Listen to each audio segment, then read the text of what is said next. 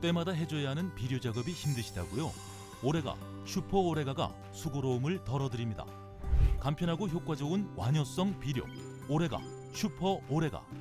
한 번의 시비로 지속적으로 뿌리에 영양분을 공급하여 경제적 부담과 노동력은 낮추고 생산성은 극대화하는 완효성 비료.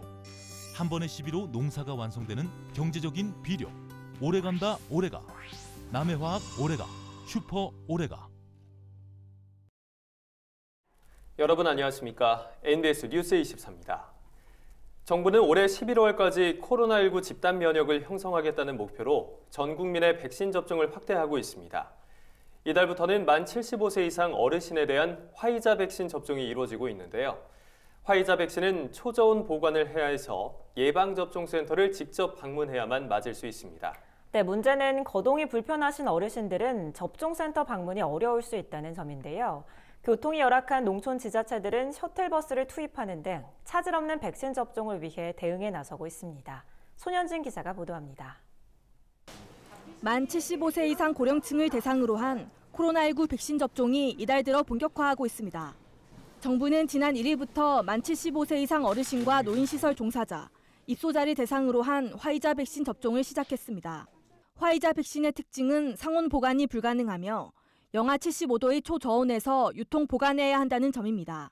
이 때문에 보건소에서 접종할 수 있는 아스트라제네카와 달리 지정된 접종센터에서만 맞을 수 있습니다. 접종센터는 백신 관리 기준에 맞게 영하 60도에서 90도를 유지하는 특수 냉동고를 갖춰야 합니다. 지난 1일 49개 접종센터에서 시작된 화이자 백신 예방접종은 15일부터는 175곳에서, 29일부터는 264곳에서 순차적으로 가동됩니다. 이번 달부터 75세 이상 어르신들의 접종이 시작되었고 65세 어르신들도 5일부터 예방접종이 실시됩니다.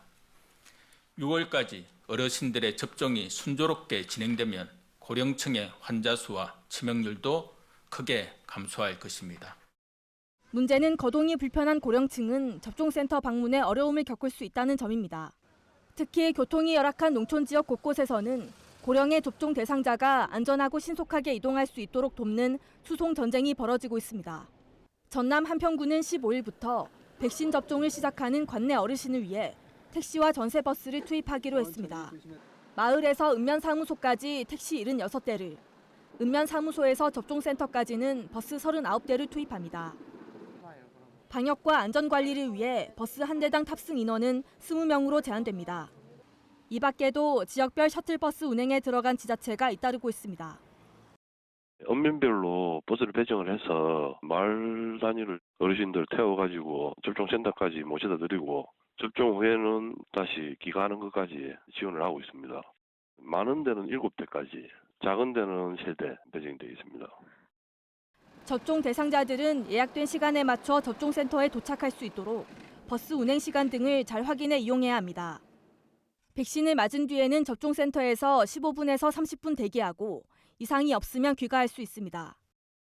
코로나19 예방접종 대응 추진단은 귀가 후 3시간 이상, 접종 후 4주간은 이상 반응 발현 여부를 주의 깊게 관찰하도록 당부했습니다. MBS 뉴스 손현진입니다. 농촌 지자체에 있어 축제란 외지인에게 지역의 농특산물을 알리고 판매하는 효과적인 창구입니다. 그런데 지난해부터 코로나19 탓에 대면 축제가 올스톱됐죠. 온라인을 통한 판매로 자구책을 마련하고 있지만 예전만 하지 못한 매출에 지자체의 고민이 깊어지고 있습니다. 김인경 기자가 보도합니다. 코로나19의 4차 유행 우려가 커지면서 해마다 열리던 농촌 지자체의 봄축제가 개최의 차질을 빚고 있습니다. 매화, 벚꽃, 산수유 등 3월 봄꽃 축제가 줄줄이 취소된 데 이어 농특산물을 판매하고 외지인의 발길을 붙잡던 농촌 지자체의 축제도 취소되고 있는 상황. 충북 옥천군은 이달 23일에서 25일 개최 예정이던 참호 축제를 열지 않고 11일간 온라인 판매로 대체할 계획입니다. 오는 7월 개최 예정이던 향수 옥천 포도 복숭아 축제와 옥수수 감자 축제 또한 온라인 판매로 전환할 예정입니다. 옥천군은 지난해 10월부터 야심차게 준비한 유채꽃 축제도 내년으로 개최를 미루기로 했습니다. 900kg의 유채를 파종하고 5월 개화기에 맞춰 다양한 행사를 열 예정이었지만 코로나19 4차 유행이 시작될 기미까지 보이자 축제를 열지 않기로 결정한 겁니다. 이래로 해갖고 한 건데 코로나가 또 심해지고 있는 상황이다 보니까 뭐 사람도 올 수도 없고 어쨌든 구매 형태도 좀 이렇게 많이 돌아가니까 이쪽으로 가는 게 맞다. 농촌 지자체 관계자들은 온라인 축제는 오프라인 축제에 비해 농특산물 판매량이 현저히 떨어진다고 입을 모읍니다. 온라인 행사를 통한 판매량은 오프라인의 절반 수준 또는 3분의 2 수준이라면서 저마다 새로운 판로를 모색하고 있다고 귀뜸했습니다. 올해로 27회째를 맞은 경남 함안 수박축제 역시 올해는 온라인으로 진행됩니다. 함안군은 코로나19 확산으로 판로가 없어진 농산물의 판매 활성화를 위해 오는 23일부터 5월 2일까지 온라인으로 행사를 실시한다고 밝혔습니다. 작년부터 2회째 지금 온라인 수박 축제를 하고 있습니다. 작년에 저희가 온라인으로 축제를 하긴 했는데 그때도 이제 판매보다는 홍보 쪽으로 많이 중심을 두고 했었어요.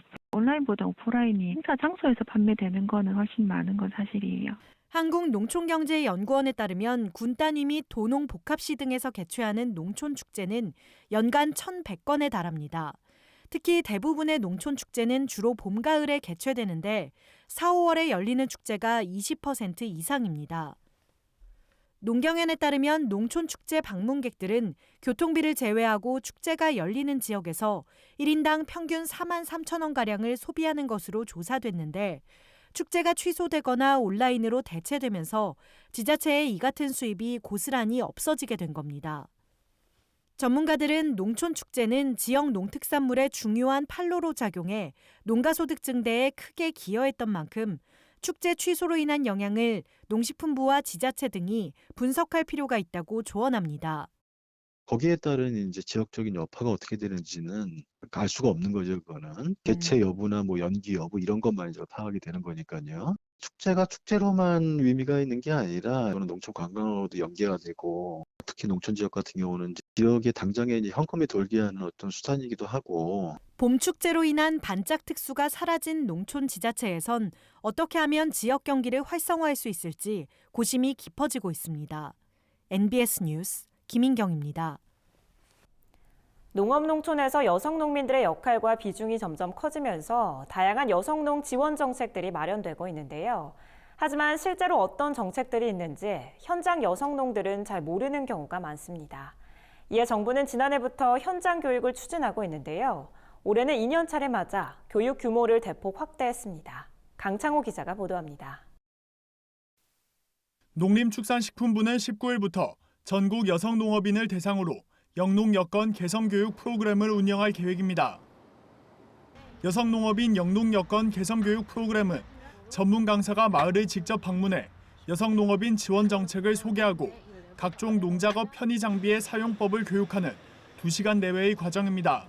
지난해 신설된 이후 120개 마을 3,600명의 여성 농업인을 대상으로 실시되는 등 호평을 받았습니다.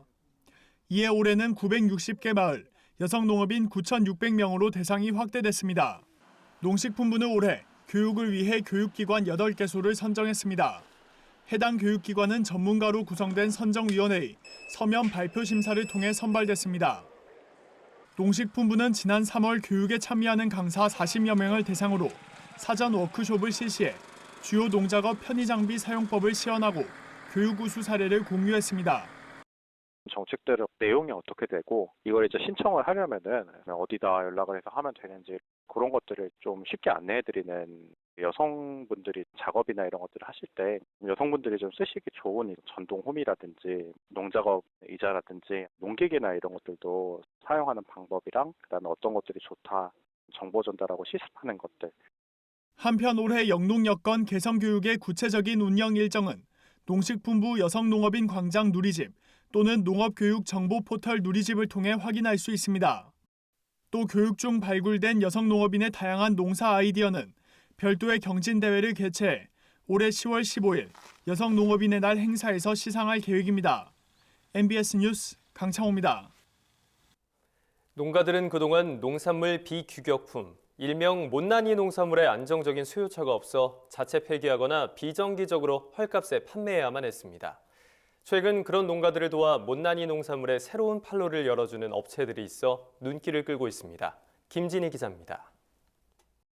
재배 농가에서는 해마다 못난이 농산물이 전체 생산량의 10%에서 최대 30%까지 나오고 있습니다. 그동안 농가는 못난이 농산물을 자체적으로 처리해야 해 판로 확보에 많은 어려움을 겪었습니다.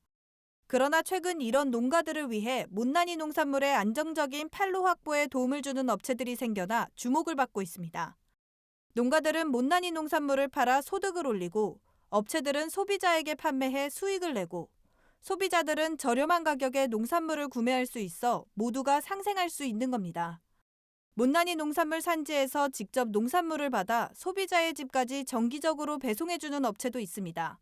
못난이 농산물이라는 게 사실 언제 얼마나 나올지 농가도 저희도 정확하게 예측을 할 수 없기 때문에 농가에서 못난이가 발생을 했을 때 저희에게 연락을 주시면 판매를 해드리는 형식으로 진행하고 있습니다. 소비자는 농산물이 어떤 사연으로 유통되지 못했는지 알 수 있어 농산물을 믿고 먹을 수 있습니다. 또 업체는 판로가 막힌 농가의 신청을 받아 정기 계약을 통해 판로를 열어주기도 합니다.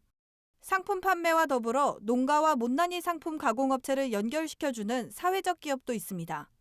이 업체는 홈페이지에 가공업체와 농가 총 600여 곳을 등록했습니다. 이미 지난 2017년 우박 피해 농가를 도와 우박 맞은 사과를 보조개 사과라는 이름을 붙여 판매해 일주일 만에 10톤가량 판매하기도 했습니다. 못난이 농산물의 판로가 넓어진 농가들의 만족도도 높습니다.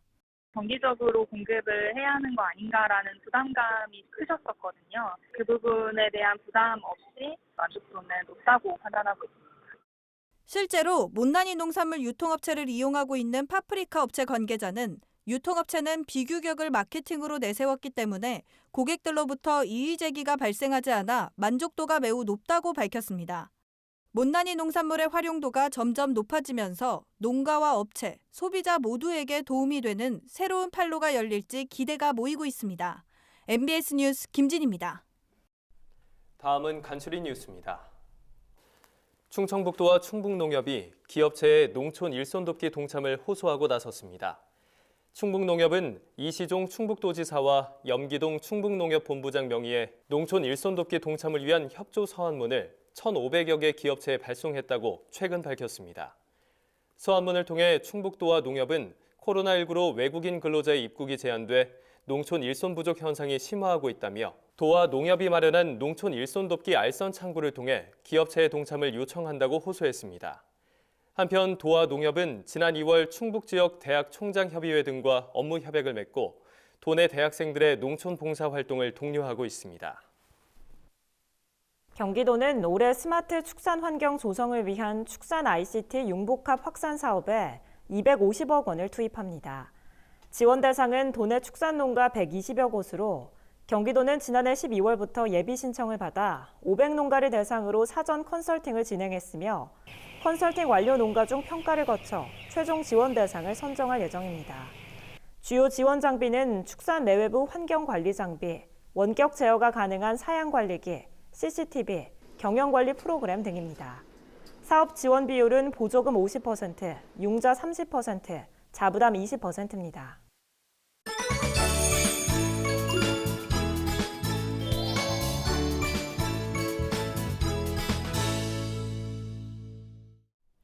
우리 농산물의 숨은 효능과 건강 정보를 전해드리는 건강톡톡, 알고 먹는 우리 농산물 시간입니다.